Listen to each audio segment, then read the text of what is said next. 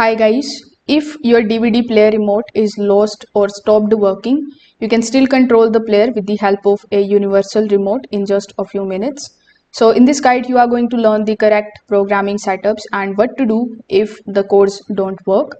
So first of all, you need to turn on the DVD player using its front power button. Programming usually fails if the player is in the standby mode. So you need to simply locate the power button over here and then simply turn it on. Also make sure that there is no disk loading error on the screen during the setup.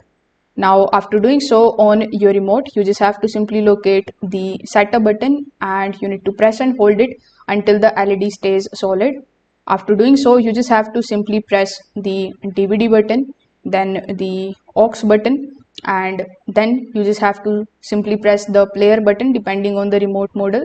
So since in this particular remote we have the DVD and the aux buttons available, so you can press any of these buttons over here.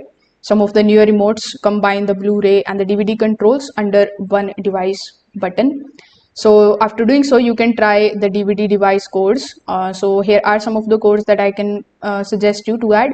So you can try 0533, then you can try 0675. Afterwards we have 1516 and then we have 2103. So different remote brands use the different code databases. So testing multiple codes is really normal. When the LED turns off after entering, the code has been accepted, it means.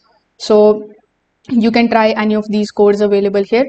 So once it is accepted, once that is done, just do not test only the power button. Make sure that you test the play and the pause button, the menu button, the fast forward button, and the eject or the open close button, because some of the partial matches power the player on but fail to control the playback navigation.